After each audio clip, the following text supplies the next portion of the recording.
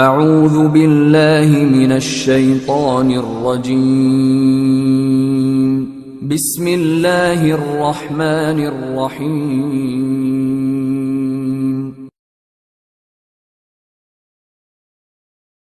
آپ نے اپنا کام چالو رکھا اور لوگ دھیرے دھیرے آہستہ آہستہ اسلام لانے لگے اور یہ خبر حکومت تک پہنچتی اور ایک حکومت میں ایک سپاہی اسلام لے آیا، بادشاہ نے اس پر ظلم کیا۔ اس سپاہی نے حضرت سے کہا، اپنے پیر و مرشد سے، حضرت خواجہ معین الدین چشتی رحمت اللہ علیہ سے، کہ فلاں آدمی مجھے ستاتا ہے۔ تو آپ نے ایک پرچہ لکھا بادشاہ کو کہ اپنی پبلک پر اور کمزوروں پر ظلم مت کرو۔ جب بادشاہ نے خط دیکھا تو آگ بگولا ہو گیا کہ یہ کل کا فقیر آج ہم پر حکومت کرنے لگا۔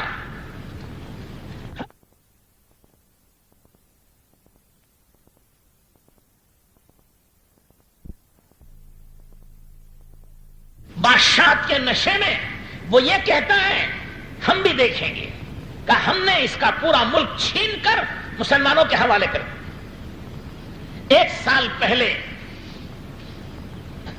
شہاب الدین غوری نے حملہ کیا تھا ہندوستان پر، شکست کھائی تھی اور ان رجپوتوں نے زبردست مسلمانوں کا نقصان کیا تھا اور مسلمانوں کی فوجیں ہاری اور واپس بھاگ دی۔ سلطان شہاب الدین غوری نے قسم کھائی تھی کہ بستر پر نہیں لیٹوں گا جب تک جس جگہ سے ذلت سے نکلا ہوں عزت سے داخل نہ ہو جاؤں۔ جس ملک سے مجھے ذلت ملی اور ذلت سے میں بھاگا ہوں، جب تک دوبارہ اس ملک میں عزت و فتح کے ساتھ داخل نہیں ہو جاؤں گا میں بستر پر نہیں سوں گا۔ چنانچہ سال بھر اس نے تیاری کی اور کوشش کرتا رہا۔ ایک رات اس نے خواب میں دیکھا کہ حضرت خواجہ معین الدین چشتی رحمت اللہ علیہ فرما رہے کہ سلطان اب تم حملہ کرو، ہم تمہارے ساتھ ہیں، اللہ کی مدد تمہارے ساتھ ہے۔ چنانچہ جب اس نے حملہ کیا تو اس پورے ملک پر، تفصیل تو بہت زیادہ ہے، وہ تاریخی قصے ہیں، تو اللہ جل شانہ نے اس کو فتح نصیب فرمائی۔ اور اسی لیے حضرت خواجہ غریب النواز رحمت اللہ علیہ کو سلطان الہند کہتے ہیں کہ اصل ہندوستان کا فاتح شہاب الدین غوری نہیں ہے، اصل فاتح اعظم حضرت پیران پیر خواجہ غریب النواز سیدنا و شیخنا معین الدین چشتی رحمت اللہ علیہ، جن کی محنت و کوشش سے صرف ایک سفر کیا اجمیر شریف سے ڈھاکہ بنگلہ دیش تک، اس ایک سفر میں 90 لاکھ انسانوں کو خدا نے ہدایت دی،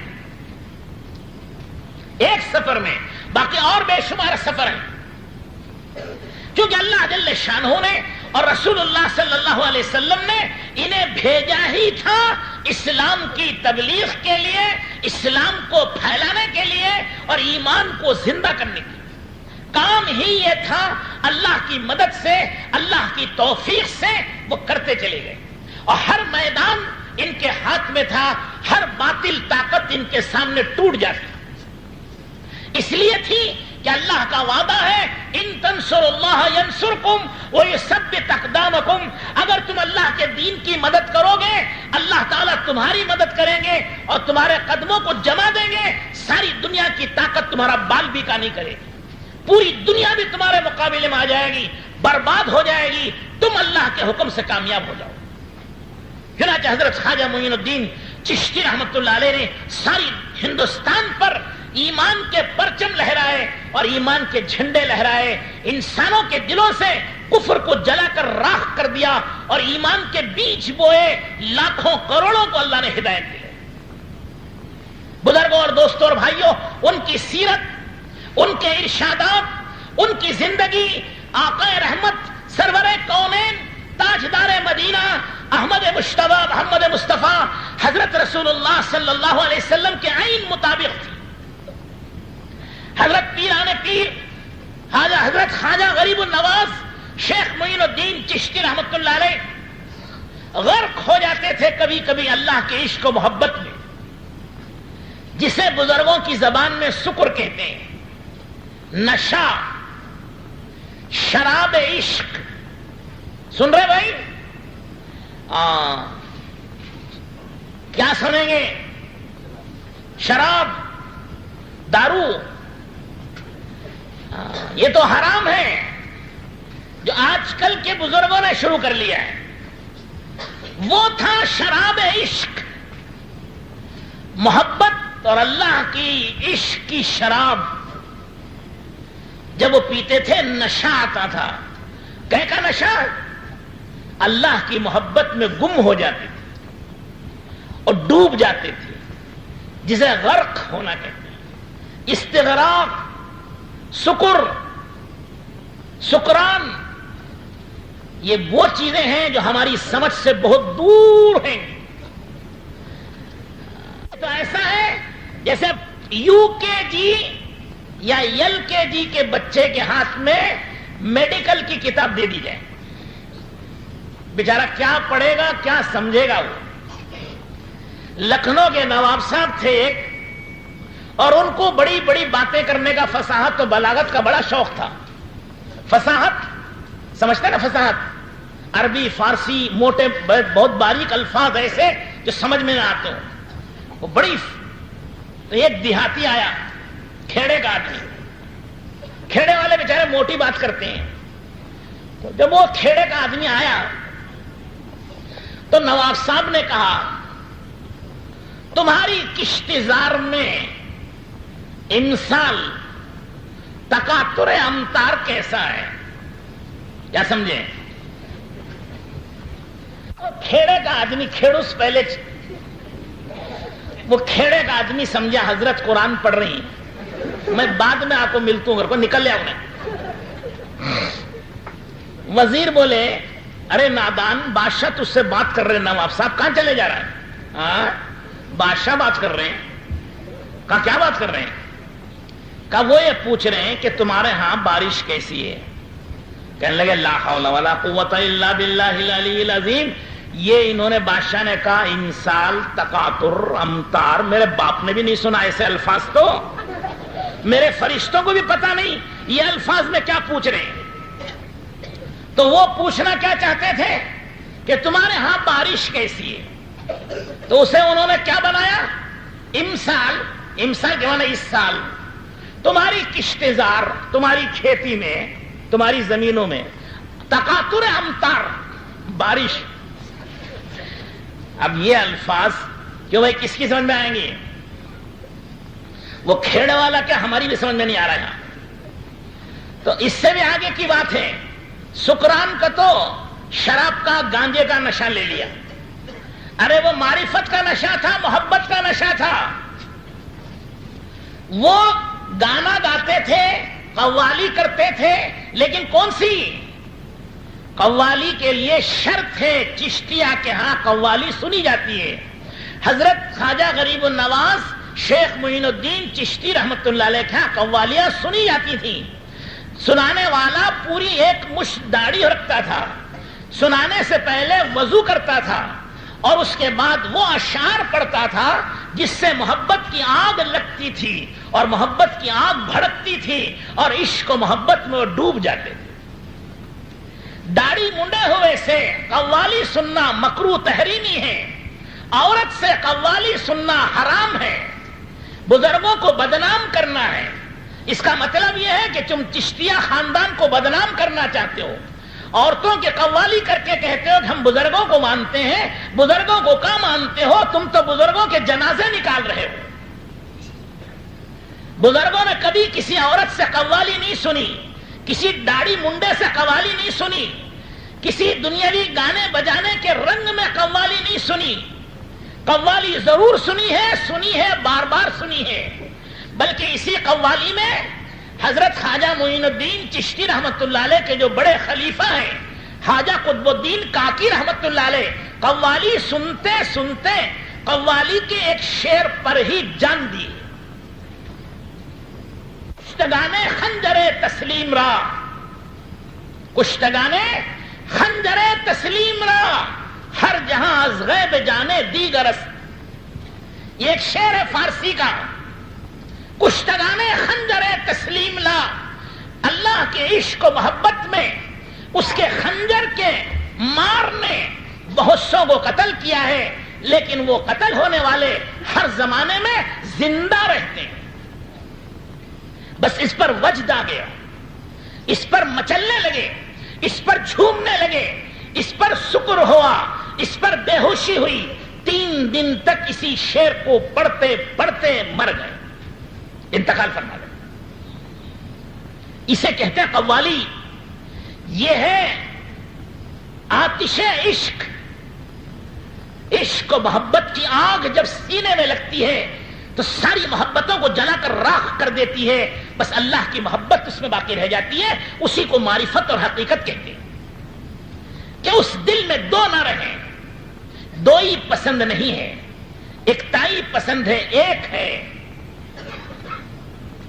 تو میں نے عرض کیا کہ بزرگوں اور دوستوں اور بھائیوں، حضرت خواجہ غریب النواز رحمت اللہ علیہ پر جب شکر ہوتا تھا، نماز کی حالت تھا، نماز کا وقت آتا، بے ہوش ہیں، آپے سے باہر ہیں، عشق الہی میں ڈوب چکے ہیں اور اپنے آپ سے کھو چکے ہیں. لیکن حکم تھا حضرت خواجہ قطب الدین کاکی رحمت اللہ علیہ کو اور حضرت خواجہ حمید الدین ناگوری رحمت اللہ علیہ. خواجہ حمید الدین ناگوری اور خواجہ قطب الدین کاکی، ان دونوں کو حکم تھا کہ میں جس حال میں بھی رہوں مجھے کھینچ کر نماز میں کھڑا کیا جائے اور مجھے ہوش میں لائیں. یہ دونوں جھنجھوڑتے تھے اور کھڑا کر دیتے تھے. وہ کہتے ہیں الصلاۃ الصلاۃ الصلاۃ، نماز نماز، پیر و مرشد نماز. اب ہوش میں آتے نماز پڑھتے. نماز کے بعد فرمایا بے شک جو نماز نہ پڑھے اسلام میں اس کا کوئی حصہ نہیں. اسلام میں اس کا کوئی حصہ نہیں ہے جو نماز نہ پڑھتا. اور یہ حضرت رسول اللہ صلی اللہ علیہ وسلم کی بات ہے. حضور اکرم صلی اللہ علیہ وسلم نے فرمایا نماز اسلام میں ایسی ہے جیسے انسان کے بدن میں سر ہوتا ہے. آپ نے دنیا میں بغیر ہاتھ کا آدمی دیکھا ہوگا، بغیر پاؤں کا آدمی دیکھا ہوگا، لیکن بغیر سر کا کوئی انسان نہیں رہ سکتا. بغیر سر کے کوئی انسان نہیں ہے. اسی طرح بغیر نماز کے کوئی مسلمان نہیں بن سکتا. حضرت پیران پیر غوث العظم دستگیر سیدنا و شیخنا عبد القادر جیلانی رحمت اللہ علیہ فرماتے ہیں جس نے مسلسل 3 وقت کی نماز چھوڑ دی، 3 وقت کی، صرف 3 وقت کی، ظہر اثر مغرب مثلاً چھوڑ دی، تو حضرت پیران پیر رحمت اللہ علیہ فرماتے ہیں اسے جیل میں بند کرو جب تک وہ توبہ نہ کرے، اور اگر اسی حال میں مر جائے تو حضرت فرماتے ہیں اسے مسلمان کے قبرستان میں دفن مت کرو. ایک جگہ فرمایا اس پر نماز جنازہ بھی مت پڑھو. اور دوستوں اور بھائیوں، یہ بزرگان دین اور اولیاء اللہ تو اللہ ہی کے ہیں، اللہ ہی کا دین زندہ کرنے آئے ہیں. کوئی نئی شریعت لے کر نہیں آئے. نئی شریعت اگر کوئی آج لے کر آئے تو وہ شریعت مردود ہے، وہ اللہ کے ہاں قبول نہیں ہے. خود حضور اکرم صلی اللہ علیہ وسلم نے ارشاد فرمایا لو کان موسیٰ حیا لما وسعہ الا اتباعی. اگر حضرت موسیٰ علیہ السلام آج زندہ ہو کر آ جائیں، ان کی نجات، ان کی مغفرت بھی میری غلامی اور اتباع کرنے میں ہے. اگر وہ اپنی شریعت پر چلیں گے ان کی نجات نہیں ہوگی. اگر وہ اپنی کتاب تورات پر عمل کریں گے ان کی مغفرت نہیں ہوگی. ان کی مغفرت و نجات ہوگی میری شریعت پر چلنے سے، میرے قرآن پر عمل کرنے سے. جب موسیٰ علیہ السلام اور عیسیٰ علیہ السلام یا پہلے کے سارے نبی اور رسول بھی آ جائیں تو ان کی نجات و مغفرت بھی حضرت محمد الرسول اللہ کی غلامی میں ہے. تو میرے دوستو، بزرگوں اور بھائیوں، اولیاء اللہ کی نجات و مغفرت بھی اور ان کا زندگی کا مقصد بھی اللہ کے رسول کی غلامی ہے. کوئی نئی شریعت لے کر نہیں آئے. نئی شریعت جو لے کر آئے گا وہ مردود ہے، وہ نئی شریعت نہیں چلے گی. نئی شریعت لانے والا کافر ہے، نئی شریعت لانے والا کذاب ہے، نئی شریعت لانے والا مردود ہے. نئی شریعت کوئی نہیں لا سکتا.